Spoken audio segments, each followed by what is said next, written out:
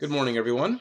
I hope you're having a good Friday. As I mentioned on Wednesday, I'm unable to be in class with you today, so I'm sending you this video class. I intend for this lecture to be about 15 minutes long, and I also have two worksheets for you. One worksheet you can do in lieu of the rest of class time, as we would if I was there. And the second worksheet is your homework for the weekend. The first worksheet is a pronoun worksheet. There's going to be 10 questions or 10 sentences like usual. And the homework worksheet, I hope you will enjoy. The homework worksheet is a word search. We have been talking about sentence structure and such, but I want to get back to quite literally focusing on individual words. And I thought it would be fun. I thought it would be a fun assignment for you, something that you could enjoy, something that would be a learning experience, but also would be fun. And we're a little over halfway through the semester and trying to keep things interesting, and yet academic at the same time. All right, actually, my glasses are really, I can't read without them. How nice. All right, so to begin, today, as I just mentioned, we're going to go over pronouns. Now, pronouns, I'm sure you're aware that they are words that stand for nouns. Nouns, of course, are names of persons, places, or things. Personal pronouns are words like I, me, my, mine, you, your, yours, he, him, his, she, her, hers, it, its, we, us, our, ours, they, them, their, and theirs. I'm sure you know all these words. This is just a general reminder. For instance, first example, you have a sentence. Freddie is a wrestler. Second sentence, he weighs 270 pounds. The word he stands in for Freddie in the second sentence. Next example, Rita always writes her letters in purple ink. In that case, the word her is standing in for Rita. So you don't have to say Rita always writes Rita's letters. It helps, well, it's an efficiency, and also sounds better to the human ear as to why we use pronouns. Next example, if my kids talk back, I let them know that they are asking for trouble, said Jeff. My stands for Jeff, and I stands for Jeff in this sentence. Them and they stand for the children. The kids, called them kids in the sentence. Now, this lesson is going to go over how to avoid the three most frequent kinds of pronoun mistakes. Mistakes in pronoun agreement, mistakes in pronoun reference, and mistakes in pronoun point of view. Now, in this lesson today, we're only going to go over the first two of three. We're going to do the third on Monday. Pronoun agreement is the first subject. A pronoun must agree in number with the word it refers to. It is sometimes called the pronoun's antecedent. Remember we did number agreement. This is kind of more number agreement, but this is for pronouns.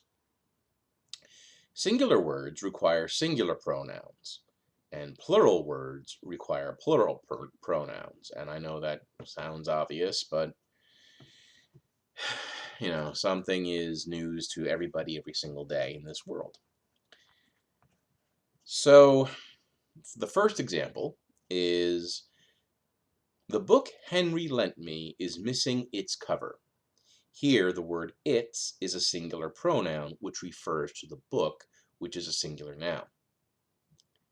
The second example is, if your cousins don't get here soon, they will miss the movie. Here, they is a plural pronoun, which refers to the cousins, which is a plural noun. Plural noun, plural pronoun. Single noun, single pronoun. The indefinite pronouns listed below, there is a list of indefinite pronouns which are always going to be singular. And there are 16 of those singular indefinite pronouns. And I was going to list these off, but I think I'll just give them to you in a document to look over tomorrow. Well, it's today. I'm recording this on Thursday night. That's why I said tomorrow.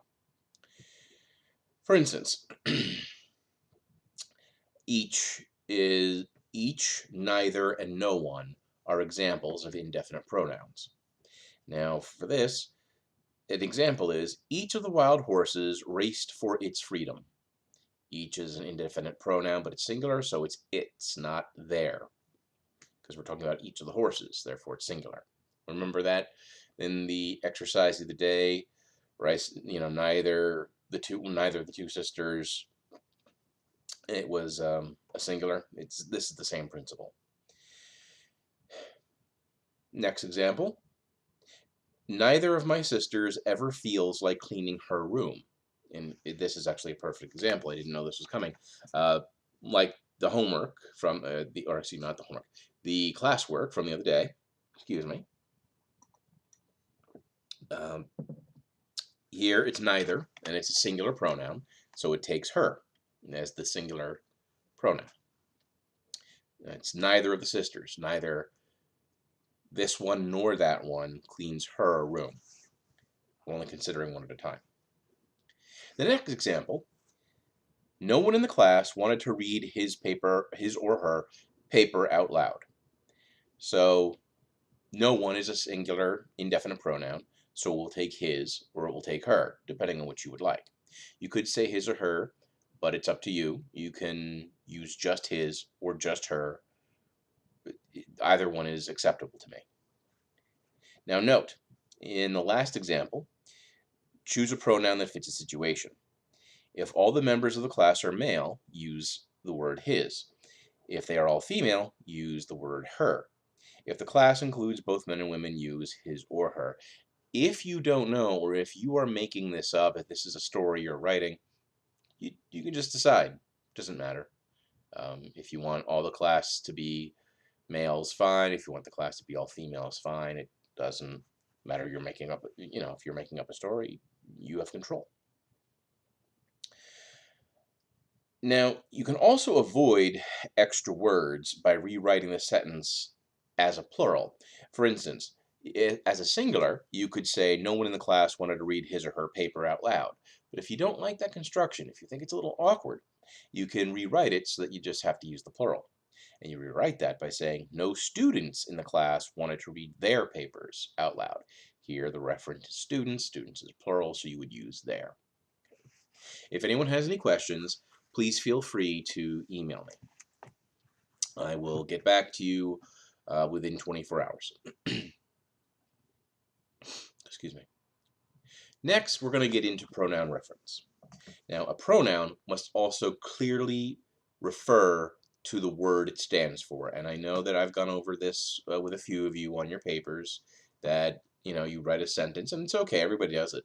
You write a sentence and the pronoun isn't clear, like you would say, you would write something like, I saw Jim and John and he told me he was happy. Well, who's the he, Jim or John? It can't be both, because you're only talking about one person. So if the meaning of a pronoun is uncertain, the sentence will be confusing. Here's an example. Gloria told Renee that she had gotten an A on her paper. Well, who got the A, Gloria or Renee? You can't tell from the way that's written.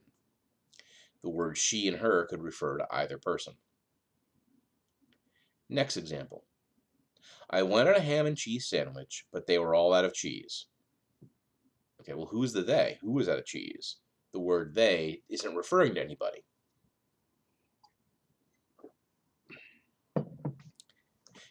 Now, The next example is, there were no questions after the lecture, which was regrettable. Now, what was regrettable? The lecture or the lack of questions? It's unclear.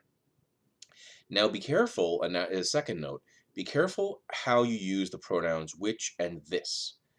Both of those pronouns must clearly refer to one thing or one situation. Because if you have two nouns before which or they, it could be to either one. So you got to be careful using which or they. Next example. Both of Ben's parents are accountants, but this doesn't interest Ben. Well, what doesn't interest Ben? The pronoun this doesn't refer to anything in the sentence. If we're talking about the career of accountancy, or are we talking about, both of his parents don't interest him? I mean, it could be either one. It's not clear. Now, to avoid these kinds of mistakes, you just have to write what you mean by the pronoun, which is relatively simple. For instance, going back to Gloria and Renee, instead of writing Gloria told Renee that she had gotten an A on her paper, you would write, Gloria told Renee, quote, you got an A on your paper, unquote.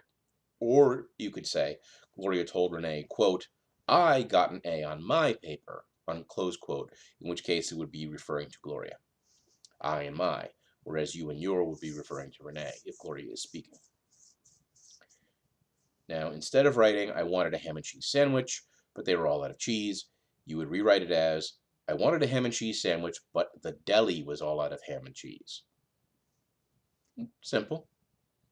And it means the same thing. And these are the things that it means it more clearly, excuse me, it more clearly expresses what was in your mind anyway, which is a great thing. Now, for the next one, the next example, there were no questions after the lecture, which was regrettable. You would change that to, there were no questions after the lecture, period. Not having questions was regrettable, period. And finally, the example that both of Ben's parents are accountants, but this doesn't interest Ben, you would rewrite that as, both of Ben's parents are accountants, but accounting doesn't interest Ben. And I'm glad, because that makes Ben a better person, because if his parents did interest him, Ben would be a jerk. All right, so I'm going to give you a worksheet. It's going to have 10 sentences where you are going to have to choose which pronoun you're going to use. I will send that to you before class time tomorrow morning. I'm not going to have the time to do it this evening. It's now after 10:30 on Thursday, and I have many other things to do. But I will definitely have it to you by class time tomorrow. All right, well, I hope you are all well. I hope you are enjoying your day, and hopefully you are watching this and doing the work during our normal class time, because that is the best way to do it for you. To pretend as if you are in class when I'm there, and that way it'll be the easiest thing to do to fit into your schedule today, as opposed to trying to take this class later in the day, or God forbid Saturday. That would just make it harder on you, and that's something I don't want. All right, well, again, have a good time, and I will see you all on Monday.